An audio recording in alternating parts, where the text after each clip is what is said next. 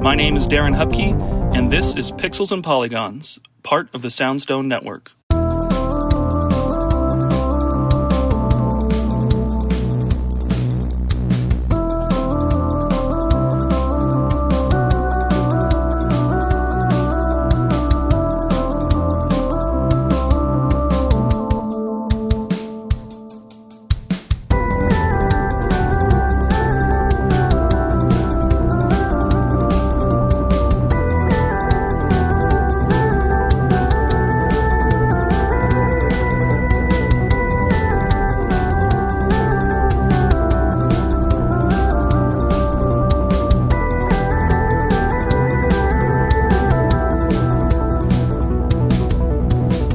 Hello, everyone. I am back with a new episode, and this episode is a hot one. It is a hot take question with Nic McConnell from Instruction Derby. This one was great. We were in a private conversation, and he shared a thought and opinion, and I instantly jumped on him and was like, wait a minute. Before I discuss any further, let's have this be an episode. So he has a great hot take, and we had a great conversation. It's always fun talking with Nic. I am super lucky to have a lot of the guests that I get on this show. It's just great to have these different conversations and hear different people's thoughts and loves and opinions and shares, and I'm having a great time recording this. So I hope you all are enjoying listening to it. That's a good segue into liking and subscribing and rating and reviewing, whatever it is you're listening to it on. If you can give it a thumbs up or a 5-star if you like it, a little written review or a shout out or something like that would be rad. Whatever you got, I would appreciate it. That goes a long way. It's I don't know, it actually doesn't go really a long way at all. It doesn't really do anything other than helps give me some feedback and know if what I'm doing is enjoyable for you all. I'm primarily doing it for me because I'm having fun, but it's just great to kind of be remotivated to continue to do it if other folks are having fun along the way as well too. So I appreciate you if you do like and subscribe and comment and review and whatever that jazz is. After the break, you can jump into the conversation with Nic, but for now, got some business as usual. This episode will come out, and the Kickstarters are all done for the revival of the Beat 'em Up Volume 1, but also that next batch of retro game zines. Those are both quick, 1 week, fast and furious campaigns to kind of start the month that needed to happen to make sure that those productions and schedules we're all on, and as of right now, technically the retro game zine is funding currently as I'm recording this, but by the time you hear this, it'll be over. But it's already past its funding goal, so more issues. I'm going to have essentially a whole year's worth already done here soon, and that's kind of wild, this little side project. So I'm super proud of that. The collaborators I've had on those issues in the last few months have been like super awesome as well. Check those things out, patreon.com/Darren Hupke/shop. You can buy them digitally, or at pixelsandpolygons.net. You can buy them physically. The Beat 'em Up book should also be in production at this point, like being printed and getting ready to be shipped to me. That is like an August, September-ish time frame. I should have it in August and shipping it then, but I think I put in September as like the estimated shipping from the Kickstarter. So most people should hopefully be getting that earlier than they expect. And then I'll have those with me to promote at the Long Island Retro Gaming Expo. I'll be a guest there, which is still super rad and super cool. I'm looking forward to whatever's going to happen there. That's in early August, after my little vacation in San Diego for Comic-Con that I go annually to every year. I don't even know what I'm rambling on here. I've been playing a lot of some fun games. I've played some Magic the Gathering again because of the Final Fantasy set, and I'm on Arena with that. I want to buy some physical cards and maybe have some of those mono art cards, like maybe framed or something. But yeah, things are moving. Retro game zines, beat 'em up. Still plugging away at the 32-bit library book that should be out finished this fall. Everything's on pixelsandpolygons.net. Follow me on Blue Sky and read the show notes for the info on guests as usual and links. Listen to the Soundstone team of podcasts with Kirby Conversations and Flashback 64, and have a great week. We'll catch you next week with another new episode. Bye.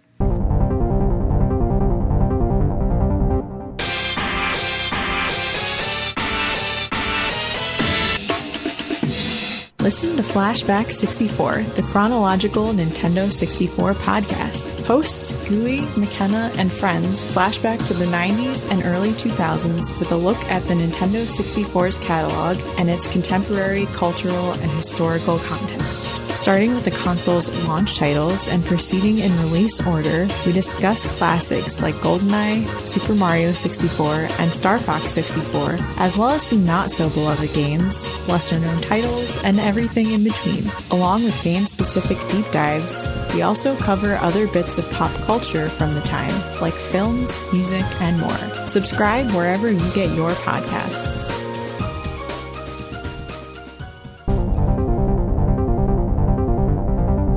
Okay, well, welcome to we're going to start. You're good with that? Yeah, that's right. Okay.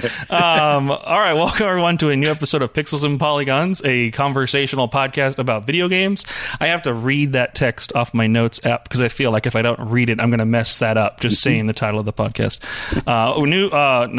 Not new guest, returning guest, friend of the show, fellow Goomba, Nic McConnell is back on the show. Hello, Nick. Welcome back to the show. Darren, it's so good to see you. Welcome.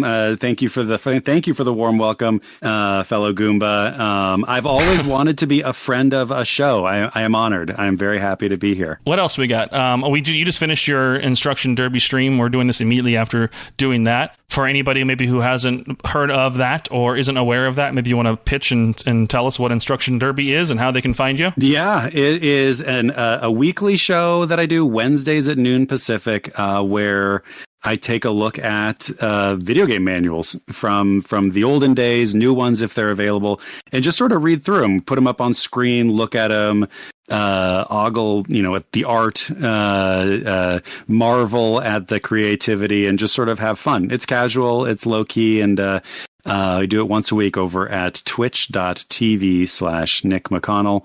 It's a lot of fun. Just got out of it right now, so we'll see where my energy levels are at after a little bit. Yeah. Well, thanks. The streams are always fun. Like, it's always odd games of all eras and styles and genres and everything. So super fun. And you got the name because Destruction Derby is one of your favorite video games of all time. Is this true?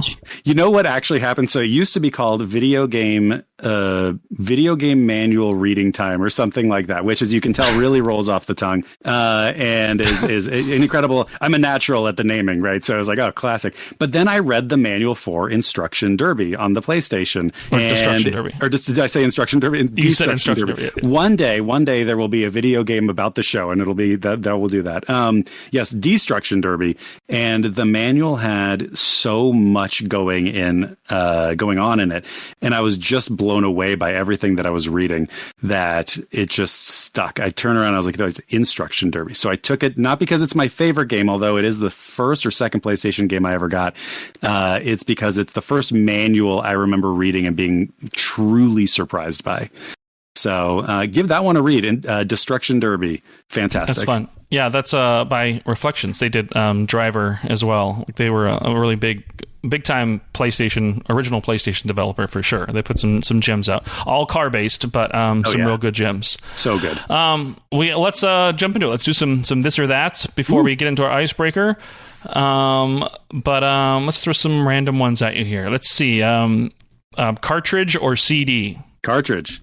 Okay. No follow-ups. Cartridge. Just cartridge. Yeah, just cartridge. Official US PlayStation magazine or PSM PlayStation magazine? Ooh. Do you remember those two? Oh boy. I'm gonna go with... OPM had the Ziff Davis crew, but PSM was 100% independent and unauthorized. I think I'm gonna go with Ziff Davis. I think you gun to my head, Ziff Davis. Mario or Luigi?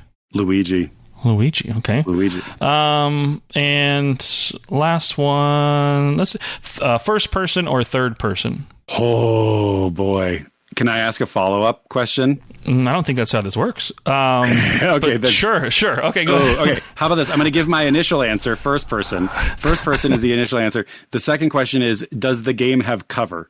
If the game has cover, if we're thinking about win back, then it's going to be third person. So let's just go with first person, because I prefer GoldenEye to win back. That's why we're going that way. Gotcha. Yeah. I mean, cover systems they don't really work in first person. I guess they do, but your view is obscured when you do take cover, and you have to like, lean out and everything in order to see. I've visual. I forgot it's an audio podcast, but I like leaned away from my mic to demonstrate that I was leaning outside the wall.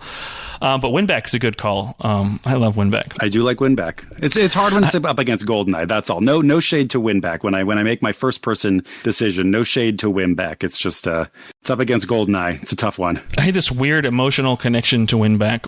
Like my best friend and I, like in that Nintendo 64 PlayStation era, like he had the 64. I had gotten rid of my 64 and gotten a PlayStation, but we played a lot of Winback and played a lot of the multiplayer and everything. And not long after that game came out, I moved from where I was living to Southern California, and so like I moved away from my best friend and everything. So it was like, like bum times and all that stuff, like having to start a new school and everything. Like he was like my video game guy as well. Like he played and did everything, and so I was like kind of alone. And then that next generation came out, and they just randomly ported that re-released Winback for the PS2, and it was like up-resed and everything. And I was like, why? Like, where is this coming from? Like, of course I'll play this. And I remember just playing through and just like feeling like, yeah, just like the good old days. It was just like, it was that instant like first hit of nostalgia for me of just like remembering the good old times. But I was still like, like an early teenager and everything. It was just so odd why I love Winback, just because that weird association with my friend and everything. Still friends with him to this day. We still talk and do stuff. He's been a guest on the show as well. So that's awesome. That's awesome. Yeah. That's nice. Like that kind of association is, I genuinely think, maybe half at least of why I love video games, right? For you, it's Winback in that situation, and sort of, the powerful memories and bond with your friend. And so much of my growing up with video games was, around that kind of communal experience. They're powerful things, man. That's the real deal. Well, then I'll pivot. I was going to ask you a different icebreaker, but maybe this one then. I'll ask you the same kind of question. What is a weird, like, outside association you have with a video game? Like, is there a video game that reminds you of a certain time or place or moment, that does kind of like scratch that itch for you? Yeah, there's so many. I realize that I have this. I will always remember many different places I go. Like there's so many places where I'm like, oh, I remember this because of this game, and it's constant. The one that I go back and forth between two of them. The primary one for me is Captain Commando, the arcade game. The Capcom, beat 'em up belt scroller, because they had that machine in a hotel that we stayed at on the big island of Hawaii. When I was a kid, I never saw that machine anywhere else. I've still to this day never seen another one of those machines except for in that place. And so in my mind, it is so inextricably linked to Hawaii, but more so the smell of that little arcade room, the combination of the chlorine from the nearby pool and the air conditioning and the sort of like light mildewiness from the moisture. That game, anytime I see it, it's in one of the Capcom collections. Anytime I see it, no matter where I see it, I feel like I'm transported right back to that family trip to Hawaii. So that's probably the strangest one that I truly cannot separate from that time and place. That's cool. Yeah, Captain Commando. That takes place in a futuristic Metro City. That's so right. There's a strange tie to Final Fight, the game I legally love too much. That's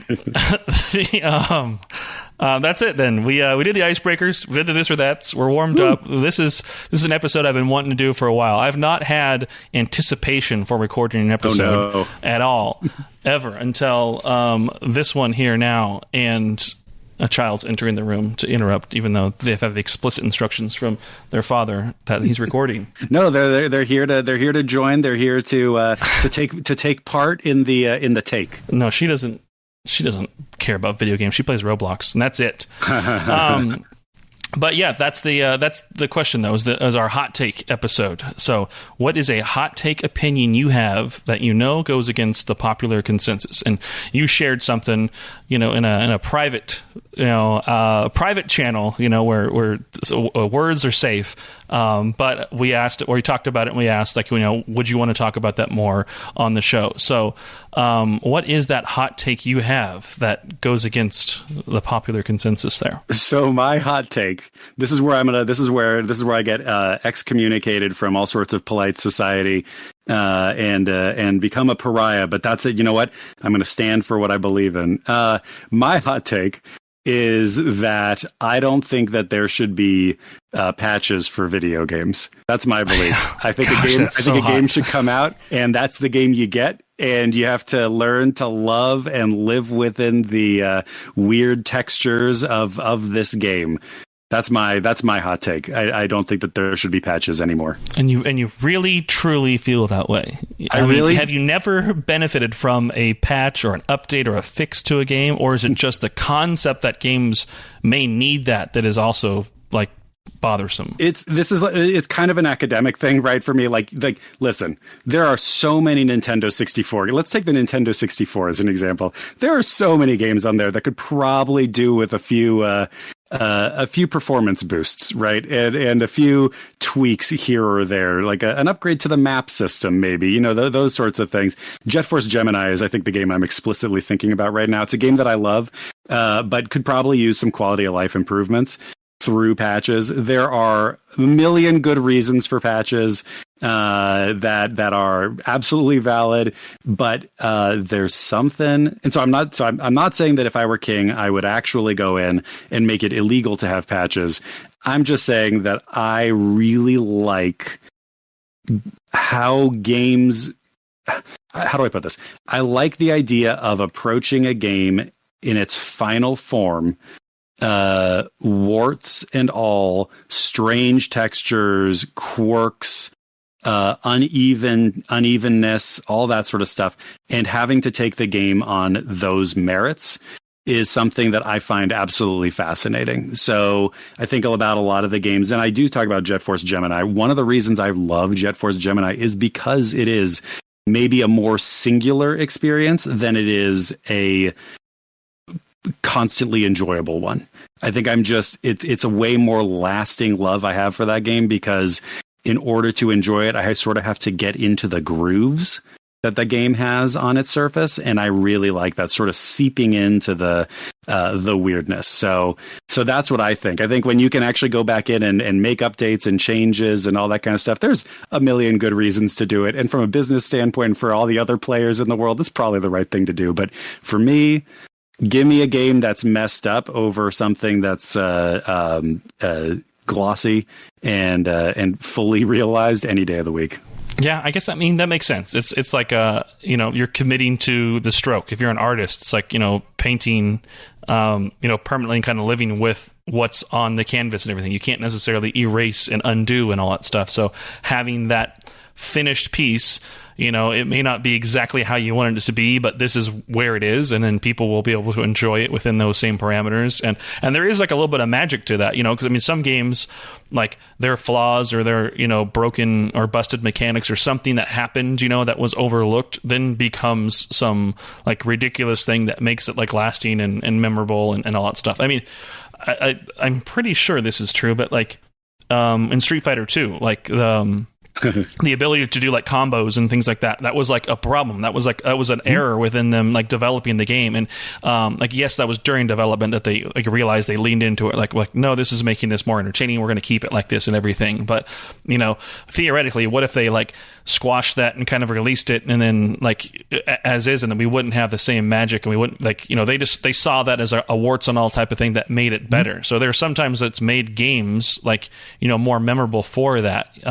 So like it is, I guess it is in that regard. But like for me, if I was making a game, if I was the developer, I would love the ability to I would never be able to hit that button to submit and send like those final files. I'd be like, nope, you know what? Maybe let's push this back 6 months. Let me go ahead and re-review this. Let me go ahead and replay this again. Let me make sure this is all good, because if it's sent and gone and that's all I get, like I want to make sure I get this right. So like in a perfect world, I wish developers had a chance to like submit what they really wanted to submit, be done with it, and be confident in that, not necessarily beholden to like, you know, investors and that the financial side of things. It's probably forcing them to put out games much sooner than they're intended, because they know they have that undo button of like, cool, I'll throw a 34 megabyte patch at this that recodes something like this and fixes this texture and whatever maybe.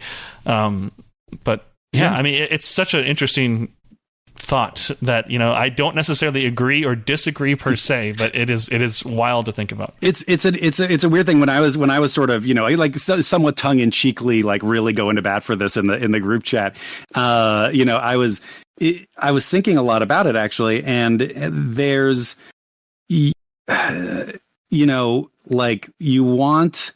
I'm not coming at it from the mindset of, you know, there's a certain type of retro gamer, I guess, let's just say, that gets real salty about the idea of updates, in the sense that like, in my day you just plug the game in and it just worked and all that kind of stuff, and that ignores just how messed up some of those games were, because the developers were under insane, you know, time crunch or these things, and it's a bad working environment, and it oftentimes did lead to games that were just not good, right? Like I'm not saying that like games were better back then because of it. But you know, there is something to the ability to just say, all right, this is the one, it's out the door, we're moving on to the next thing. And then over the years, you know, people can come and approach those games on their own terms as they were originally released. There's stories around them that can be told. You know, I work in game development, and I'm not a developer. I don't, well, that's another discourse. But I'm in game development, but I'm not a programmer, right? Or I'm not an artist or one of those. So I would probably feel very differently if I were. So I don't want anyone to feel like I'm disrespecting the need to go in and, you know, kind of keep working on stuff and really put out what they want to put out. My whole thing is just, you know, one of the reasons I love Mario 64 is because, as groundbreaking a game as it was and is, and how smooth some of it is, parts of it are real janky, and just like they still just had to ship the thing, and that was going to be it, right? So even in these incredible games, incredibly meaningful, powerful gaming experiences, there's still going to be rough edges and all that may have been sanded away through updates, and even if those updates would have made the game better, probably, right? Like balances, all that kind of stuff, get rid of some bugs, you wouldn't necessarily have the same game that you do now, and that's what I really cherish. I just really cherish the rough edges, and I think maybe to some degree this also gets down to why I tend to prefer smaller scale games from smaller teams with smaller budgets. Is that I just like when you can really feel, again, I keep saying the word texture, but sort of feel the textures of the paintbrushes, you know, from those people. All and nothing has really been sanded away. It can be a little bit chunky, maybe a little bit clunky, maybe a little bit unfriendly. But I don't know, that requires you to engage with the game in a different way. And I just love that. Yeah. Yeah. I mean, the having a game be permanent as it is, and not like messed with and not tweaked and refined and everything, that also allows like, you know, like speed running in that whole community and all that stuff, you know, like they can, like if you continuously like patch and polish and updated things, and that happens with some modern games where it's like, oh, I'm speed running this game, but it's on version 1.4, and so they have to keep this specific patched version because their entire strategies revolve around having certain mechanics or things that are not like modified or broken that prevents them from doing what they're trying to do, or they have to relearn and do it all over again. Like Super Mario 64, like speedrunners know exactly what they get, warts and all, with that. Like they know that it's not going to be changed or modified, and then you discover like some really weird like game breaking things that you're pushed to find because you're like like, hey, if I'm going to shave off time here, like, where could that come from? Like, what can that do? And then they define that, like, weird long jump mechanic where you can infinitely, like, tap it and spot and throw yourself up the stairs and everything, and it's not getting patched out. And now suddenly everybody's learning this new thing. And, that's the speedrunning community isn't necessarily the hugest or, like, largest reason to, like, have games be final, but, like, there's benefits, to that, and there's an equity that happens there within that same community. It's interesting though, because I'm my brand of comedy. People maybe don't think I'm the funniest person in the world, but I'm a quantity, not a quality person. Like, I'll use the same bits. I'll just throw it as long as I get a joke every now and then or a laugh every now and then. Like, I'm good, but I will throw it as many as I can.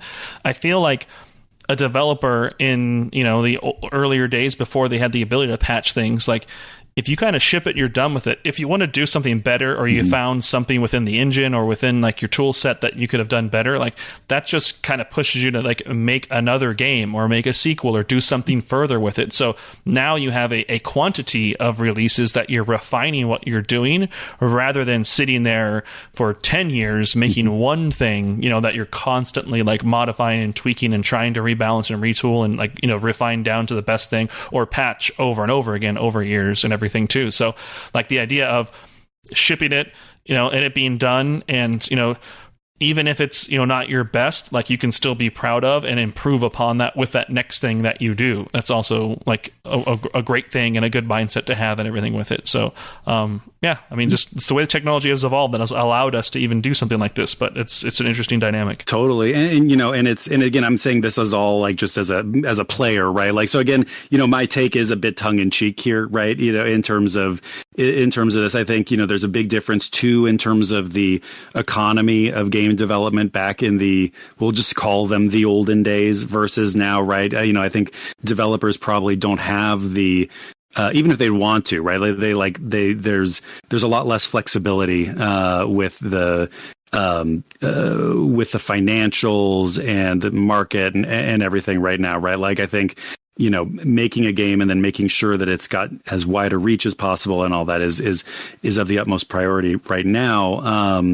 But I do like, I think about the Cruisin' series on the Nintendo 64 as maybe kind of an example of, I keep coming back to the Nintendo 64 because the more I think about it, the Nintendo 64 is really the ultimate of this, where it's like all these games are janky in some capacity. Yeah. And some of these games could be good with some quality. Yeah. Yeah, exactly. So there's promise, and some of the joy is looking for that stuff, right? But you look at the original Cruisin' USA, and that thing is a mess. I love Cruisin' USA, especially the arcade game is fantastic. The N64 one is a real mess. It's not optimized. It's missing stuff. It's all that. And then they came back with Cruisin' World, and Cruisin' World is a much more finely tuned game, right? And then there's Cruisin' Exotica, and they've spiffed it up further, and they've taken the lessons from the first two games, even just on a technical level, and applied them to this. And again, maybe that's not the most sustainable way to do video games now, right? It might not even be possible now. But that is something that I love watching. And again, just as a player, just as an end user, I find it so fascinating. So it's a neat thing to be able to do. You think movies too, right? Movies are kind of an example of this. You put out a movie, and there's lots of movies with promise that don't quite get there, but they had to finish it. And they had to put it out, and you then get the movie that you get. And I guess with Cats, didn't they make some updates to the graphics in Cats after it came out? Yeah, they did something like that. Yeah, but that's pretty rare. And I just think it's kind of neat that sometimes a movie's not going to hit its full potential for X, Y, and Z reason, and you get to watch it and learn why that's the case. There's obviously also so much you can learn from games that are updated and are patched and all these things. Again, I'm being a little bit glib, but it's just so fascinating to take each of those games on their own terms as a finished thing, and as part of the context into which they were released. So yeah, that's rad. I love it. Well, that's the question. That's the episode. That's the take. So, I mean, if you have thoughts or anything, leave a comment, leave a review, and tell us why Nick is insane, or tell us why you fully agree and support Nick. Let us know. Yeah, only the last one. Don't bother if you guys have a take that says you don't agree with what I'm saying. Don't worry about it. Don't bother. But if you like what I said, I would love to hear. There are dozens of us, I'm sure, who agree. So please let me know. We'll become stronger together. I initially leaned to if I was leaning anyway, it was leaning into supporting, I would encourage patches and things like that to happen. But kind of talking about the cruise and stuff specifically, as a kid and as a game player, as somebody growing up, I would rather have more games and more options and things available to me. And even if there were refinements and all to it, still it's being able to play that sequel later, rather than would I rather have waited 5 years to play one definitive cruising game on the Nintendo 64, or would I rather have grown and evolved and changed with the series as it was growing and evolving and changing, over 3 different games on the platform?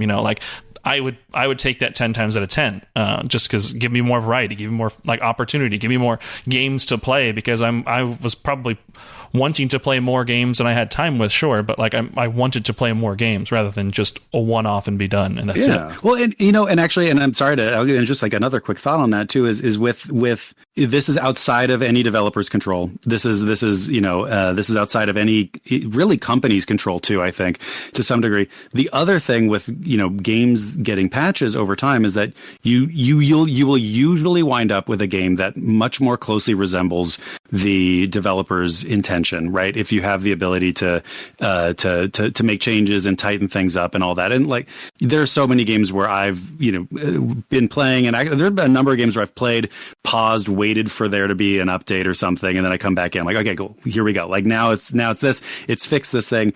All of that's fantastic, but the way the impermanence of server space and needing to grab downloads and needing to grab those patches,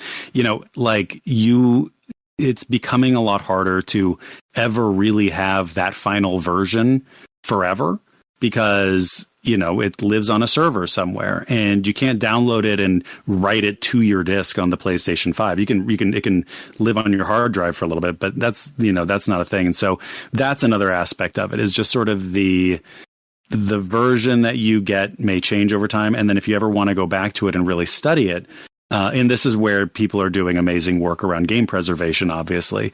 But at just a person buying a game on the internet level, it's hard to go back and really study and learn from those games once patches start getting introduced, because it's going to be hard for you to get the full experience within the context that it existed when it was out and getting patched, versus going and being well, Capcom came out with 300 Street Fighter 2s on the Super Nintendo. I can go through each of them and see the updates and changes as I go. Yeah, it's a good point. Cool. Well, this is still one. Obviously, you can think more and talk more about that. But good question, or good hot take, I think, for sure. That led for some good dialogue. It did not fail, and it lived up to its expectations I had for it. So thank you, Nick, for bringing the question to the show, and letting us bring it out of the safety and secrecy of the Goomba chat and everything out to the public. So thank you. If I get any pushback about this on Blue Sky, I'm going to stand really firm publicly, and then I'm going to go to the DMs and apologize directly to the people who are complaining, because I don't want people to be mad at me. I mean, you've said some other hot takes. The Metroid hot take on that the only one. Yeah, that the only actually good Metroid game is Metroid Dread. Yeah, that's true. That is actually true. But that's just a scientific fact. That's a little different. Yeah. Okay. Gotcha.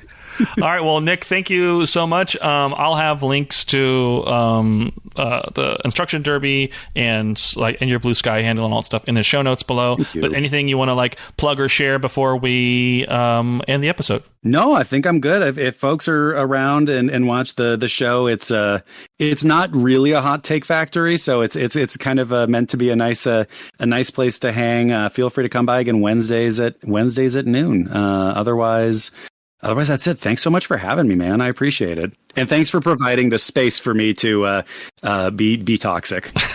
Yeah, all good. I like to think my show also is not toxic at all, but I do have this hot take question that I allow people to answer. And I think everybody who has answered it, though, has done it, in a really positive way. It's a thought, it's an opinion, it's not destructive or anything like that at all. So I appreciate it. And thank you. We'll definitely have you on a future episode for sure. But thank you, Nick. Thank you. Do you find yourself playing older games and wishing that there were new discussions about those games? Enter Tales from the Backlog. Hi, I'm Dave Jackson, and on each episode, I'm joined by a guest to break down those games that may be stuck in your ever-expanding backlog.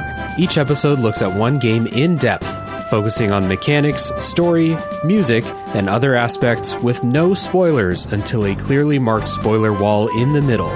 If you've played the game, go ahead and climb that spoiler wall and enjoy in-depth story discussions, and if not, jump out when we warn you and maybe go play that game for yourself. We have over 100 episodes in the feed, everything from Disco Elysium to Tunic to discussion episodes about how to get into horror games, and if games actually need to be fun, or if they have more to offer. I guarantee that there's something in there for everybody. Once again, that's Tales from the Backlog, available wherever your podcasts are found.